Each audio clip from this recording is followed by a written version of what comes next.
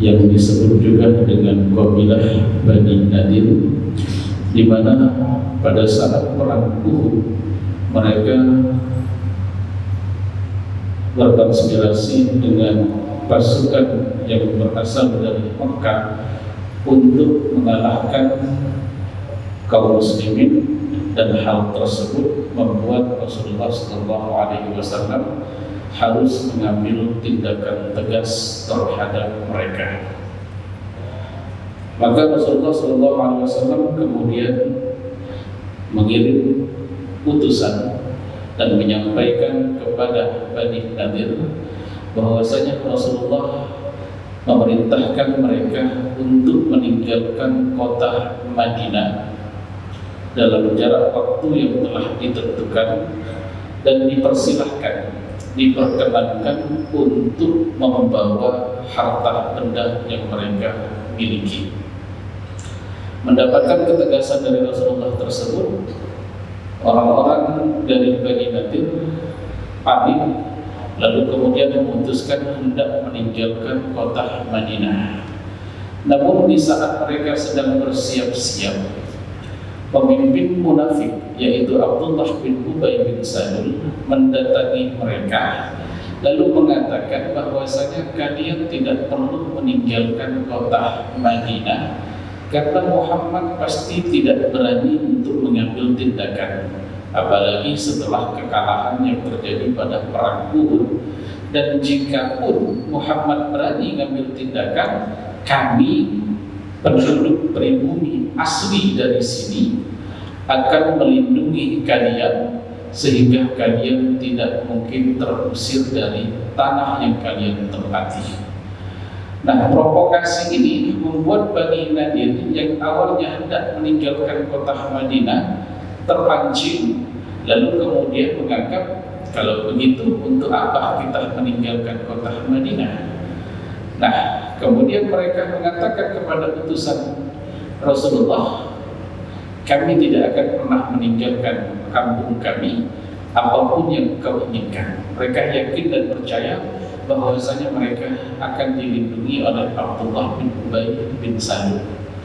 Hal ini membuat Rasulullah mengirim pasukan mengepung perkampungan Bani Nadir, sehingga membuat Bani Nadir yang meskipun mereka hidup di dalam benteng yang di dalamnya terdapat persediaan makanan yang cukup, namun Allah kirimkan kepada mereka rasa takut sehingga mereka setelah pengepungan selama 2 minggu mereka menyerah. Karena mereka posisinya sudah melakukan pengkhianatan, kemudian ngeyel untuk tidak meninggalkan kota Madinah, Rasulullah hendak mengeksekusi mereka karena ini pengkhianat. Pada saat Rasulullah hendak menjatuhkan hukuman eksekusi, lagi-lagi Abdullah bin Ubay bikin ulah. Ia menggandoli pundak Rasulullah dan mengatakan, ya Muhammad, jangan eksekusi mereka karena mereka ini adalah rekan baikku. Nabi berupaya untuk mengabaikan pemimpin munafik ini, namun lagi-lagi ia bersikeras untuk meminta keringanan terhadap kelompok Bani Nadir ini, sehingga kemudian Rasulullah memberikan keringanan, tidak mengeksekusi Bani Nadir, tapi memerintahkan mereka untuk meninggalkan kota Madinah dengan membawa harta yang hanya dibawa atau dengan jumlah sebanyak 1 onta saja. Jadi awalnya Rasulullah silakan bawa semua harta kalian, tetapi setelah mereka termakan dengan hasutan Abdullah bin Ubay bin Salul, akhirnya mereka mendapatkan kerugian. Sudahlah mereka terusir, harta yang tak boleh dibawa semuanya.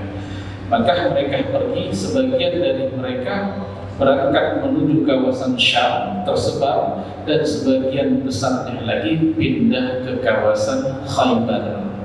Khaybar ini punya kisah tersendiri, di mana mereka ini kemudian membuat ulah kembali di sana.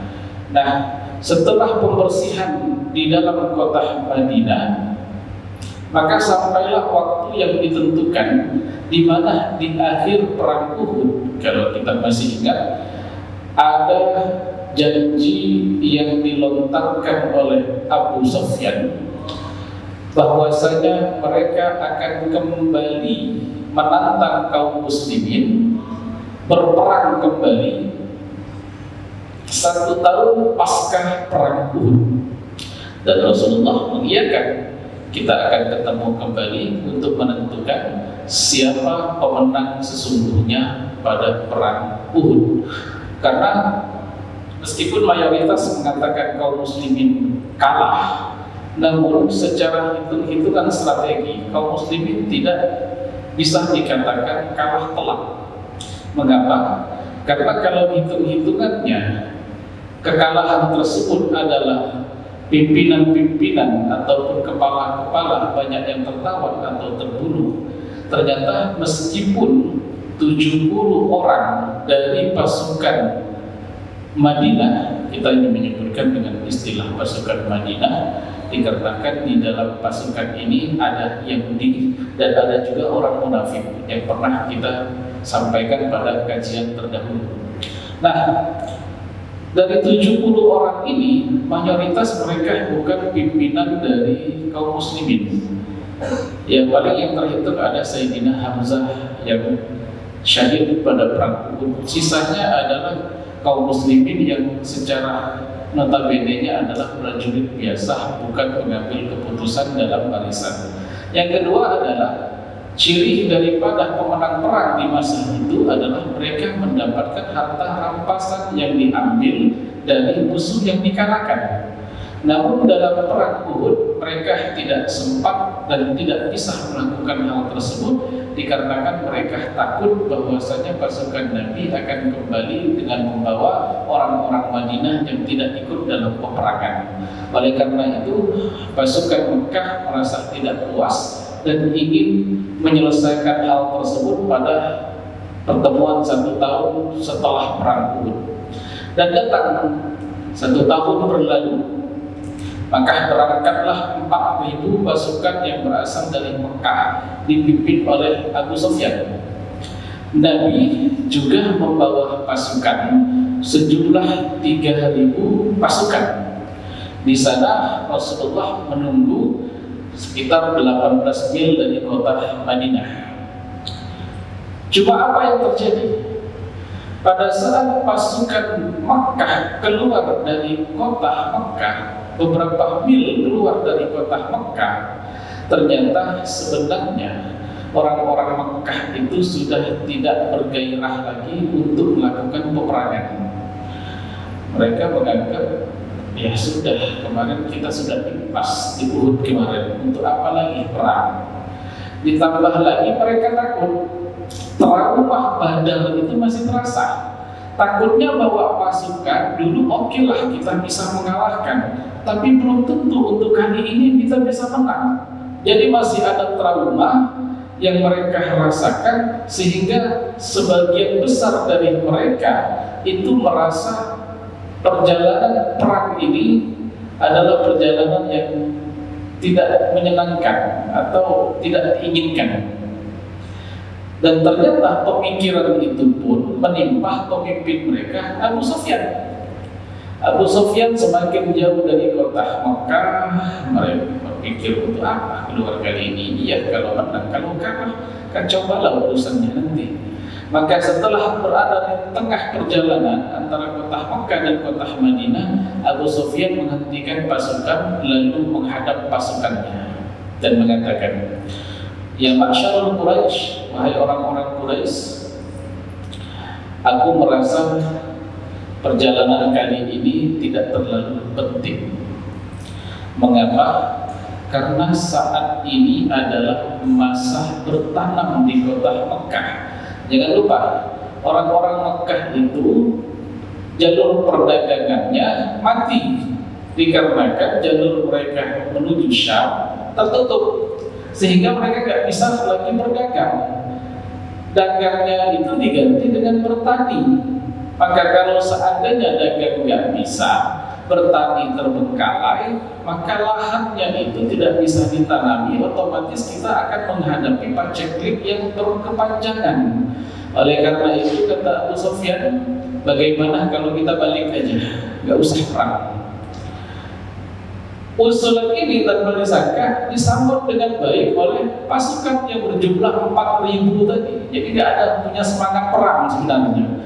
Mereka mengatakan, benar yang engkau sampaikan wahai Abu Sufyan, ini peperangan sia-sia saja, lebih baik kita balik lagi aja. Akhirnya mereka sepakat balik kanan, nggak jadi perang.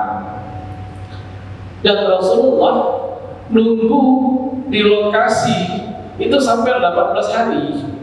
Ditunggu, ini kok nggak datang-datang. Katanya mau ngajak duel tapi kok nggak datang. Maka setelah merasa bahwasanya orang-orang Quraisy ini tidak jadi berperang, akhirnya Rasulullah memutuskan untuk balik. Tapi di perjalanan beliau kemudian menjalin hubungan dengan kabilah-kabilah yang beliau lewati. Nah, kejadian perang yang nggak jadi ini di dalam tarikh Islam disebut dengan perang Badar kedua. Tidak ada perang, tidak ada senjata, tapi di sini adalah perang psikologis, di mana psikis daripada orang-orang Quraisy benar-benar tergerus karena mereka sebenarnya tidak siap perang. Nah, di tengah perjalanan ketika Rasulullah menuju kota Madinah, beliau mendapatkan kabar bahwasanya sekelompok orang melakukan kegiatan begal di kawasan yang dekat dengan Syam. Kawasan tersebut bernama Dumatul Jandal. Maka Nabi kemudian memutuskan untuk mengirim pasukan menuju kawasan perkampungan Dumatul Jandal.